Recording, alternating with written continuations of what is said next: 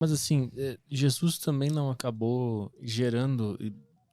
Vai ficar ruim essa frase. Ele acabou gerando também muita raiva e muito ódio dos seus opositores. Ele não gerou também essa energia. Porque eu vi depois que a gente conversou, depois de um tempinho eu assisti Paixão de Cristo. E aí tem aquela cena que ele tá sendo julgado lá, a cena que o Aham. povo liberta O bandido, o Barrabás. bandido. E naquele momento eu vi que, em primeiro lugar, a voz do povo não é a voz de Deus. Não é a voz de Deus. Nesse momento eu já achei muito estranho, mas também aquela raiva toda que as pessoas estavam querendo que aquele cara se fudesse e apanhasse, não era uma energia ruim que equilibra com o amor dos que gostavam dele? Como é que explica ele Você ter vê como gerado... o povo é volúvel. Quando você realmente ama a Deus, você morre por Deus. Você vai, hoje eu posso fazer minhas as palavras de Paulo. Meu viver é Cristo, a morte é lucro. Mas quando você apenas tem uma fé, digamos assim, mais rasa, mais superficial, você é volúvel, né? Então aquele povo que pediu a crucificação, certamente eles viram milagres de Jesus, ouviram falar, né? Da água virar vinho. Quando você para pensar, quimicamente, a água virar vinho, pô, é uma loucura. H2O virar uma molécula de vinho, você precisa de fissão nuclear, você tem que quebrar as moléculas atômicas, depois você tem que fazer fusão nuclear para fundir e formar nova molécula. É uma energia de milhares de estrelas. E Jesus fez isso sem se cansar, nem suou. Nem suou para isso. Então, viram a multiplicação dos peixes, dos pães, tudo mais, mas de repente alguém falou, um líder falou, o fariseu, que era o líder eclesiástico majoritário, que era uma referência para aquele povo, eles eram os estudiosos, os guardiões da lei. Olha, esse cara é um impostor, ele é mentiroso, ele tem parte com Beelzebul, né, que era um deus pagão ali, filisteu, né, que é uma referência ao demônio. Então, ele tem parte com Beelzebul, ele é mentiroso. Aí o povo, ele é mentiroso. Outro, 3, 4, 5 falando, todo mundo é mentiroso. Eu vejo isso na internet, nas redes sociais, é muito fácil. Você vê lá, você posta alguma coisa, tá todo mundo fofinho, né? Tudo, que legal, que bênção, coração. Aí tem alguém, eu não concordo com isso. Aí já vem uma galera, eu também não concordo. Eu pensei, mas eu não escrevi, agora eu escrevo. E aí começa todo pau lá, e começa a se brigar um com o outro. Então parece assim, as pessoas só precisam de uma centelha, né, para eclodir o que está dentro. Então jogaram a centelha ali e todo mundo começou a gritar, crucifica. E isso não aconteceu só com Jesus. Pegando um paralelo, os templários surgiram no século XII, eles estavam protegendo, né, Jerusalém dos peregrinos, eram grandes guerreiros, tudo. O começo foi fofinho dos templários, o povo amava os templários, né, eles protegiam, tinham cheio de ideais, eram monges também, né. Mais adiante, tudo bem, eles ficaram ricos, eles surtaram um pouco com a riqueza, né? Mas aí, de repente, alguém diz, no ritual de iniciação do templário, eles fazem profanação, eles cospem na cruz, eles têm atos de pedofilia, e de repente o povo acreditou naquilo, porque veio de uma liderança eclesiástica, veio do Papa, né? Veio do rei da França. Então acreditaram naquilo e o povo ficou louco e pediu a morte deles, queimado na fogueira. Perseguiram, acabou com a ordem dos templários. Então você vê que às vezes basta uma coisa muito pequena para mudar a voz do povo. Agora, quando você realmente fala do remanescente fiel que ama a Deus, os cristãos do primeiro século, por exemplo, você vê que eles tinham uma fé indestrutível. Podia jogar nas feras, podia queimar, podia perseguir. 300 anos eles viveram assim, debaixo de perseguição, e eles sobreviveram. E era uma igreja que não tinha dízimo, não tinha ato profético, não tinha o demônio dando testemunho na igreja, não tinha nada disso. As pessoas se ajudavam por amor. Era o amor que unia eles. Aí sim, Constantino vem, faz edito de Milão, Concílio de Nicéia, e traz o cristianismo como religião oficial do Império Romano. Aí contaminou alguns valores e virou baixaria de novo. Aí corrompeu, né? Corrompeu. Aí vem Inquisição, cruzadas, e aí lascou tudo. Quando eu tava vendo o filme, eu tava pensando pelo ponto de vista daqueles caras que estavam pedindo, condena esse cara, mata ele. Do ponto de vista deles, como energia, eles estavam sendo honestos com o que eles estavam sentindo, que aquele cara era o errado.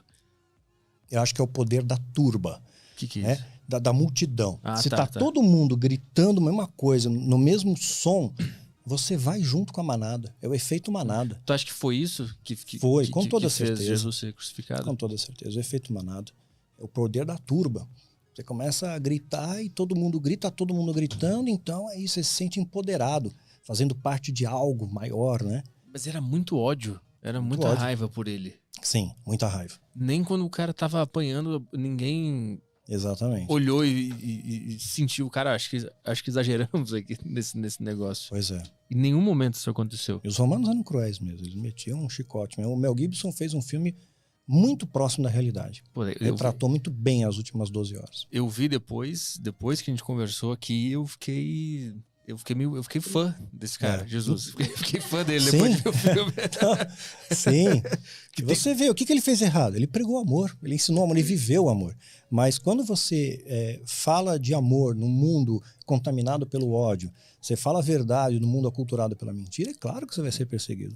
Teve uma parte muito boa também, que é quando o imperador pergunta pra ele, eu posso parar com isso aqui agora se tu quiser. E ele fala um negócio que eu não lembro da frase específica. Ele diz que ele só tem poder porque foi dado a ele por Deus, né? Então é isso aí mesmo. Eu tenho que passar por isso. Tenho que passar por isso. Ele sabia, ele orou antes, né? Ele sabia o que ele ia passar. E também, quando ele tá na cruz e os caras começam a zombar dele, falando, tu não é o filho de Deus, então sai daí então, quero ver tu sair daí. Exatamente. E meio que ele fala assim, em outras palavras, né? Mas ele fala, cara, não é esse o ponto do lance também. Por que ele não podia usar ali o poder de Deus pra se livrar daquele negócio? Ele tinha que mostrar, né? Ele veio com essa missão de ser crucificado, ressuscitar no terceiro dia. E ele aparece de novo num corpo glorioso, né?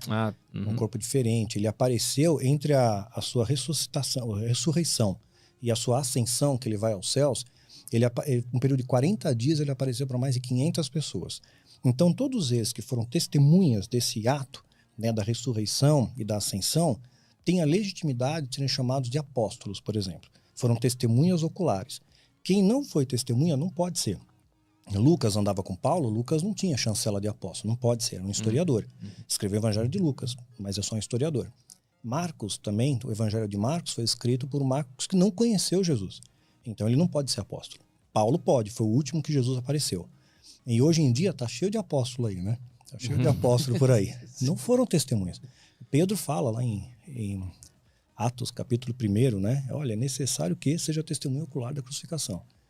E eles fazem isso na maior cara de pau do mundo, meu. Me convidaram para ser apóstolo, eu não aceitei, deu um quiprocó.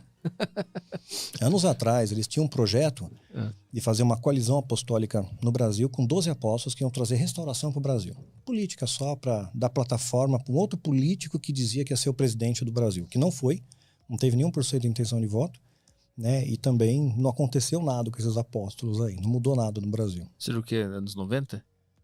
Ou mais recente? Não, uns 90. Nos 90. Só para tentar mais ou menos, ver acho que quem isso. pode ser. 90, talvez um pouco mais até, viu? 98, por aí. E depois também, quando ele de fato morre, ele dá um terremoto, né? Cai raio, começa a quebrar tudo. Há uma escuridão. Aí que é interessante você ver a concatenização bíblica. Porque quando você pega a referência que houve 3 horas de trevas na Terra, né, humanamente a gente não tem como explicar muito bem isso, que um eclipse não dura 3 horas. Né, mas está escrito que houve trevas, né, da hora sexta à hora nona, seria o equivalente do meio-dia às 3 horas da tarde, depois o véu do templo se rasga, e a partir daquilo ali é uma simbologia, não tem mais o santo dos santos no templo onde era a presença de Deus. Agora Deus se faz presente em nós, isso é muito legal. E quando você volta lá no Egito, a 9ª praga do Egito foi também escuridão. Teve escuridão sobre toda a terra do Egito, trevas. E Jesus, trevas também. Foi uma concatenização aí. Logo depois das trevas é a morte do primogênito. Morre todos os primogênitos do Egito, exceto aqueles que eram os hebreus, que colocaram sangue nas portas e tal. Aí Jesus pega, e ele é o primogênito, né? Ele é o filho de Deus ali, que veio trazer libertação para o mundo. Então você vê uma alegoria ali. Moisés ele trouxe libertação para aquele povo, e Jesus traz uma libertação para nós de novo. Exatamente na época da Páscoa.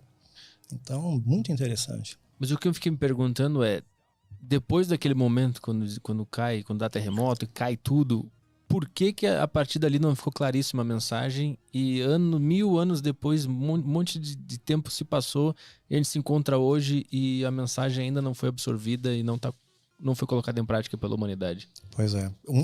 Uma grande parte das pessoas viram aquilo e aceitaram aquilo. O próprio soldado romano que perfurou Jesus, para ver se ele estava morto mesmo, que os templários acho que acharam a lança, né? Só que não.